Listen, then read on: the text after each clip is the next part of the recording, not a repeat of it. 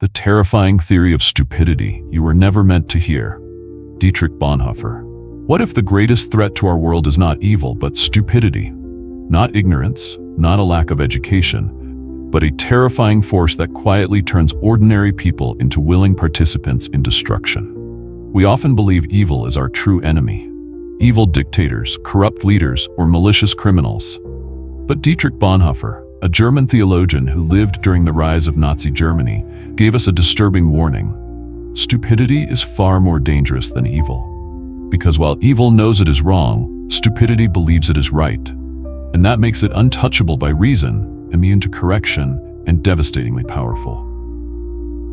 In this video, we're going to explore Bonhoeffer's chilling theory of stupidity. We'll uncover why intelligent, well-meaning people surrender their ability to think, how history and psychology prove this pattern, and what it means for our world today.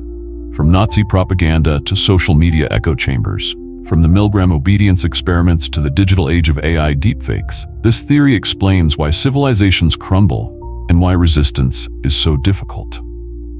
But more importantly, we'll also ask, is there a way out? Can we fight against stupidity when it feels like the world is rigged to reward it? And if so, what practices can help us remain truly independent thinkers in a society that profits from our surrender? So stay with me as we journey into one of the most haunting yet essential insights about human nature ever written. Because understanding this theory isn't just about history. It's about survival, dignity, and the very possibility of human freedom. The life of Dietrich Bonhoeffer.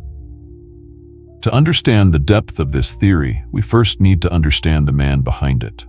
Dietrich Bonhoeffer. Born in 1906 into a highly educated German family, Bonhoeffer's father was a prominent psychiatrist, and his household was filled with intellectual debates. He had every reason to believe in the power of knowledge, education, and rational thought. Bonhoeffer became a Lutheran pastor and theologian at a time when Germany was facing political, social, and moral chaos. The Weimar Republic was collapsing, the Nazi Party was rising, and ordinary Germans, professors, doctors, church leaders, were beginning to align themselves with Hitler's ideology. For Bonhoeffer, this was shocking. These were not uneducated peasants. These were cultured, intellectual elites. And yet, they abandoned their moral and intellectual independence to follow a destructive regime. In 1933, Bonhoeffer became one of the earliest critics of Hitler, warning about the dangers of blind obedience. Over the years, his resistance deepened. He joined underground seminaries to train pastors who would resist Nazi influence. He also became involved in a plot to assassinate Hitler, a dangerous choice that eventually cost him his life. In 1943, Bonhoeffer was arrested. From his prison cell awaiting execution, he wrote letters that contained some of his most profound insights. Among them was his most haunting idea, the theory of stupidity. He observed that evil could often be confronted because it creates guilt and eventually collapses under resistance. But stupidity, he realized, posed a greater danger because it operated in the minds of ordinary people who believed they were acting morally. In April 1945, just weeks before Germany's surrender, Bonhoeffer was executed by hanging. His final words were reported as, "This is the end. For me, the beginning of life." He died for his resistance, but his theory lived on, warning us about a danger that still surrounds us today. The theory of stupidity explained. Bonhoeffer's insight, born in a dark prison cell, was this: evil is dangerous, but stupidity is far more threatening. Why? Because evil knows it is evil. A liar knows he is lying. A thief knows he is stealing. Even the cruelest tyrant knows deep down that his actions are corrupt. And because evil carries that inner conflict, it often creates resistance, guilt, fear of exposure, or eventual collapse. But stupidity? It feels no such burden. The stupid person believes they are righteous. They spread harmful ideas while convinced they are defending the truth. They participate in destructive systems while believing they are protecting their community, and that makes them utterly immune to reason. Bonhoeffer wrote, "Against stupidity, we are defenseless. Neither protests nor the use of force accomplishes anything here. Reasons fall on deaf ears." He observed that stupidity was not about intelligence. Many of the people who supported Hitler were professors, doctors, or pastors, educated individuals who abandoned their critical minds. stupidity, he argued, was not a lack of IQ, but a social and moral surrender. When people join mass movements or come under the spell of powerful authority, they stop thinking for themselves. They no longer weigh ideas critically or test them against reality.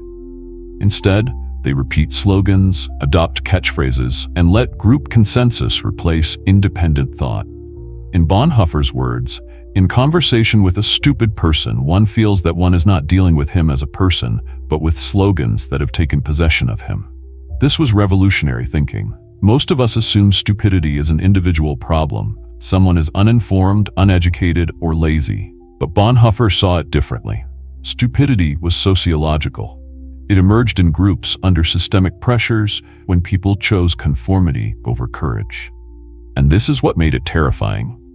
It was contagious. One person's surrender of thought permitted others to do the same. Soon, entire communities could abandon reason in favor of comforting illusions.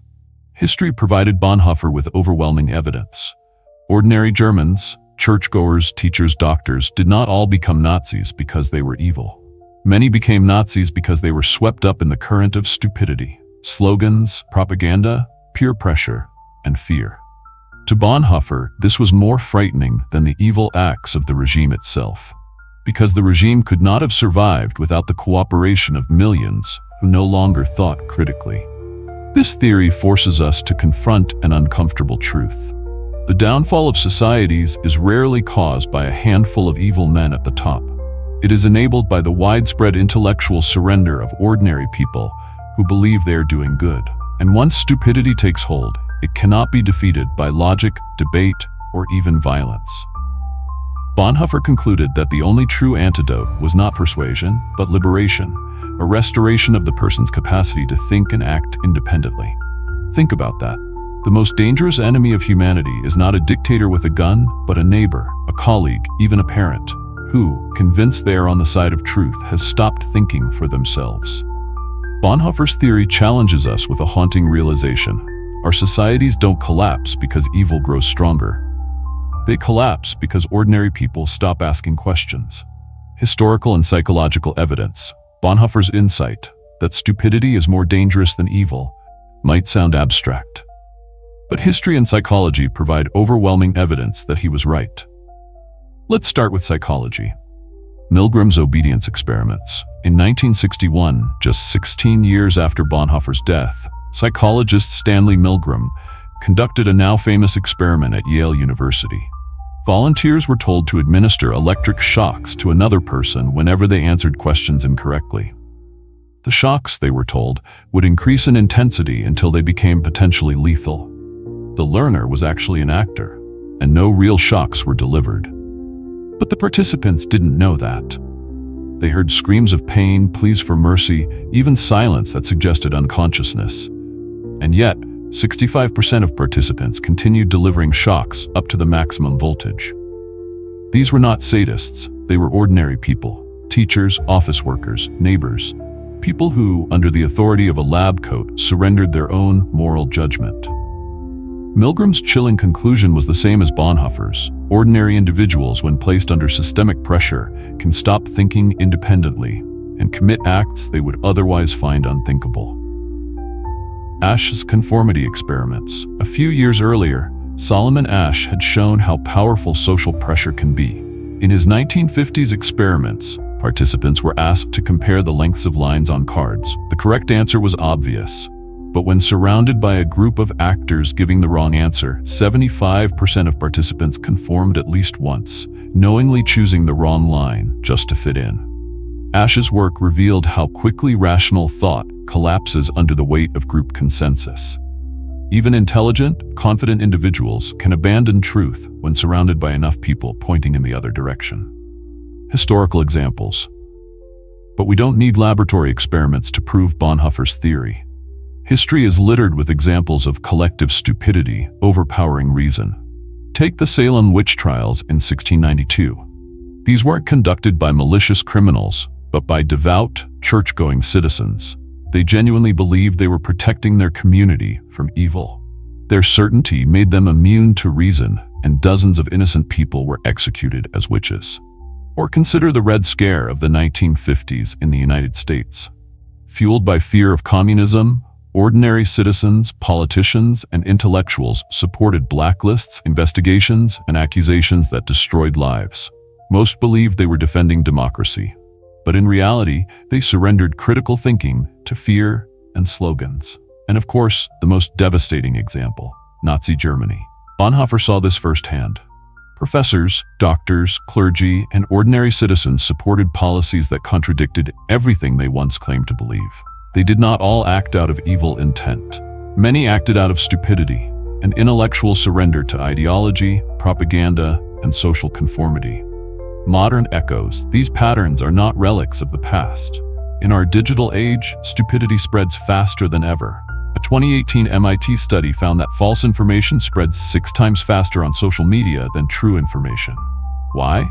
Because falsehoods are often more emotionally satisfying, simpler, and easier to share. Just as Bonhoeffer warned, stupidity thrives in groups and systems that reward shortcuts over careful thought. And algorithms make this even worse. Social media doesn't just reflect what we want to see, it shapes what we see. It feeds us the same comforting narratives over and over, creating echo chambers that act like intellectual quicksand.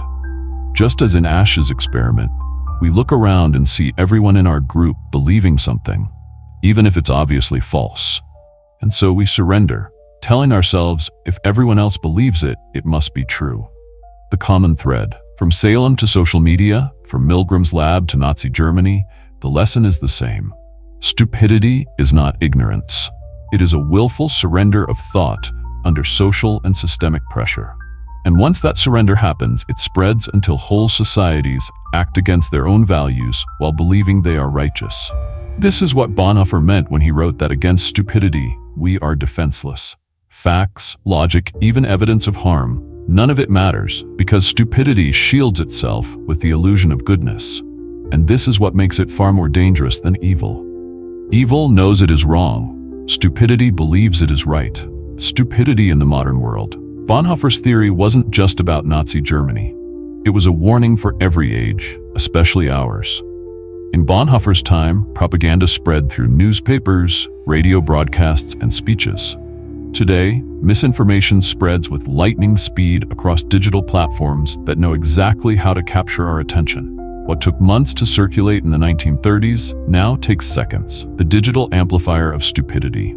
Social media platforms like Facebook, Twitter, TikTok, and YouTube don't just connect people, they engineer attention. Their business model thrives on engagement, and the easiest way to keep people engaged is not with nuance, but with outrage. An MIT study in 2018 revealed a disturbing truth. False information spreads 6 times faster than the truth online. Why? Because lies are often more emotionally satisfying than reality. They're shorter, simpler, and they confirm what we already want to believe. Algorithms pick up on this. If you pause on a video, click a headline, or like a post, the system feeds you more of the same. Soon, you're trapped in a feedback loop, an echo chamber where everyone seems to think like you. And just like in Solomon Asch's experiment, when the group consensus grows strong enough, you stop questioning. You accept, you conform, you surrender your independent thought. This isn't just random. It's designed. Entire corporations profit from what Bonhoeffer called functional stupidity, a system where people outsource thinking to the crowd or the algorithm. Stress, insecurity, and surrender. Bonhoeffer observed that stupidity often thrives under pressure. People overwhelmed by fear, stress, or uncertainty are more likely to surrender critical thinking in exchange for simple narratives. Modern neuroscience confirms this. Studies on cognitive dissonance show that when our beliefs are challenged, our brains experience discomfort. Instead of re-examining those beliefs, we instinctively reject contradictory information, especially when we're already stressed.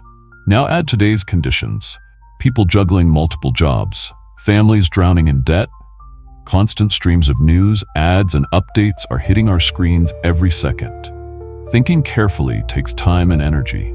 And for people just trying to survive, surrendering to simple slogans and comforting narratives becomes the path of least resistance. This is what economists call rational ignorance, choosing not to know because the cost of knowing feels too high. And while it may be rational for individuals, it creates collective irrationality. Whole societies give up on thinking, allowing destructive systems to flourish. Examples in our time. We saw this during the COVID-19 pandemic. Doctors, lawyers, engineers, people trained to think critically, spread false theories about vaccines and treatments. These were not failures of intelligence. They were failures of intellectual independence under unprecedented pressure. We see it in politics. Leaders win elections not by offering complex solutions, but by shouting simple slogans that bypass critical thought and appeal to emotion. We see it in culture wars, where people choose sides not based on evidence, but based on the comfort of belonging to a group that confirms their identity. And now, with the rise of AI and deepfakes, the danger grows even sharper. We're entering an era where reality itself can be fabricated. Photos, voices, and even live videos can be generated to look authentic. If stupidity already thrives in echo chambers, imagine what happens when truth itself becomes indistinguishable from illusion. The silent trap. The most terrifying thing about modern stupidity is how invisible it feels. Unlike blatant propaganda posters or fiery Nazi rallies, today's stupidity whispers. It hides behind trending hashtags, viral memes, and personalized feeds. You don't feel like you've surrendered your thinking. You feel like you've discovered the truth, because everyone around you seems to agree. And that's exactly what Bonhoeffer warned about.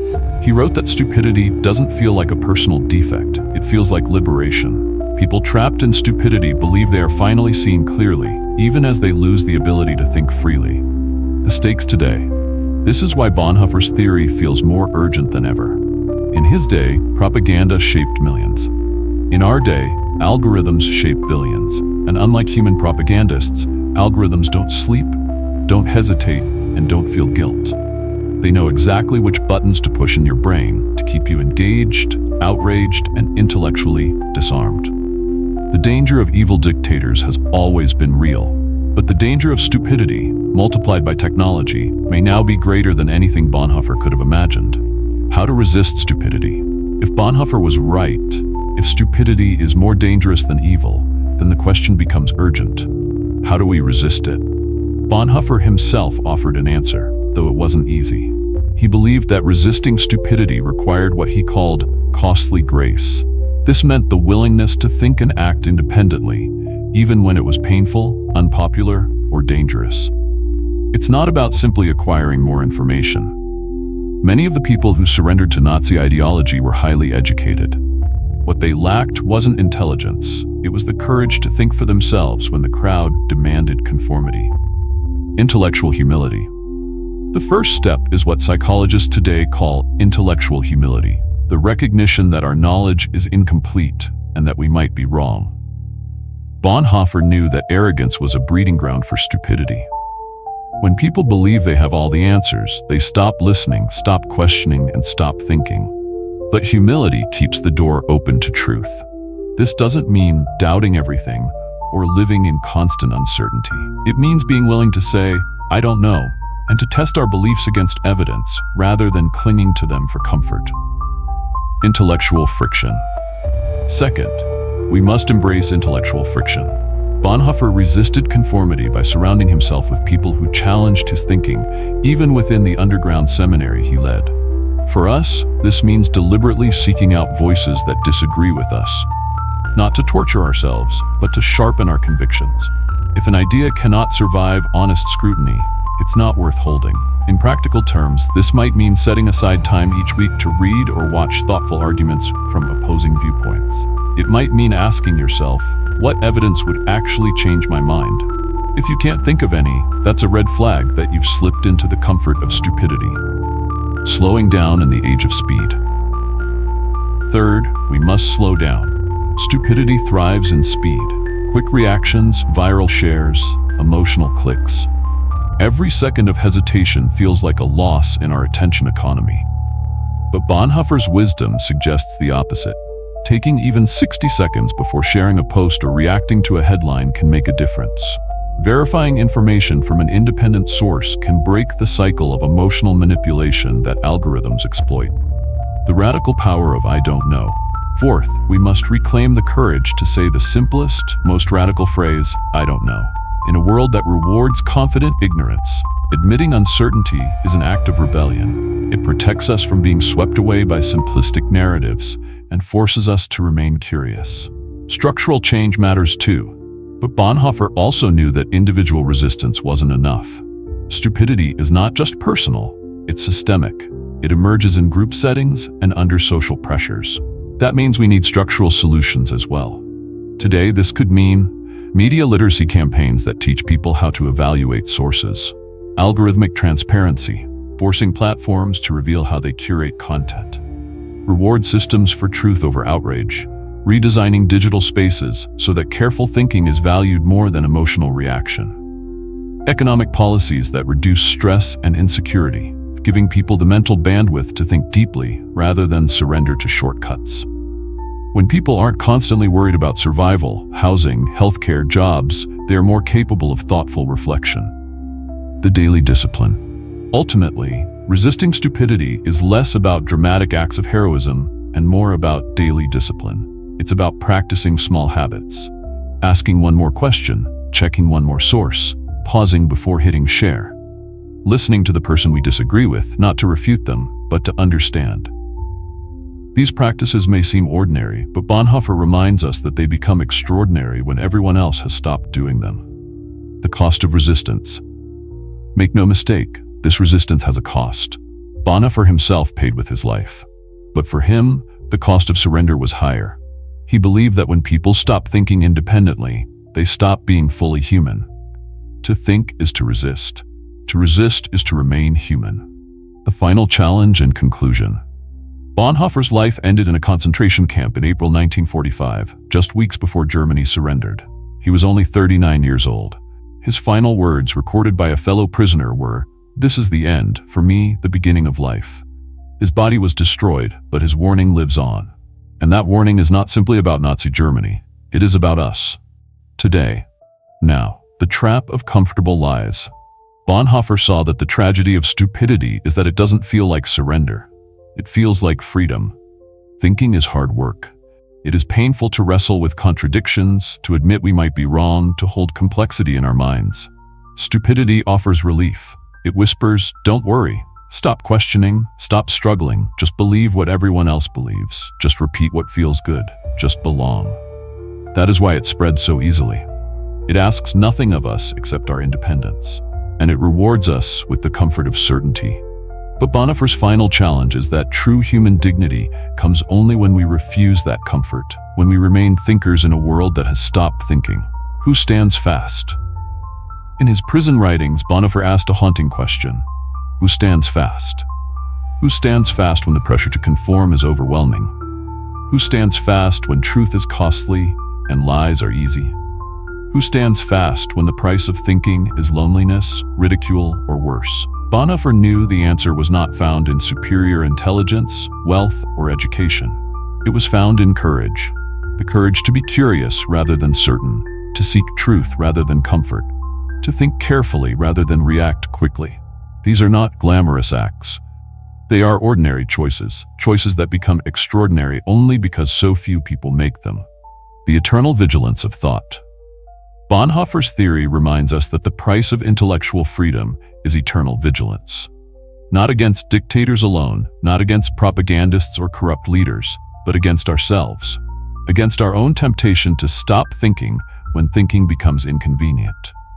It is not enough to say, "I am intelligent" or "I am educated." The real question is, am I still thinking for myself, or have I surrendered my mind to the comfort of the crowd?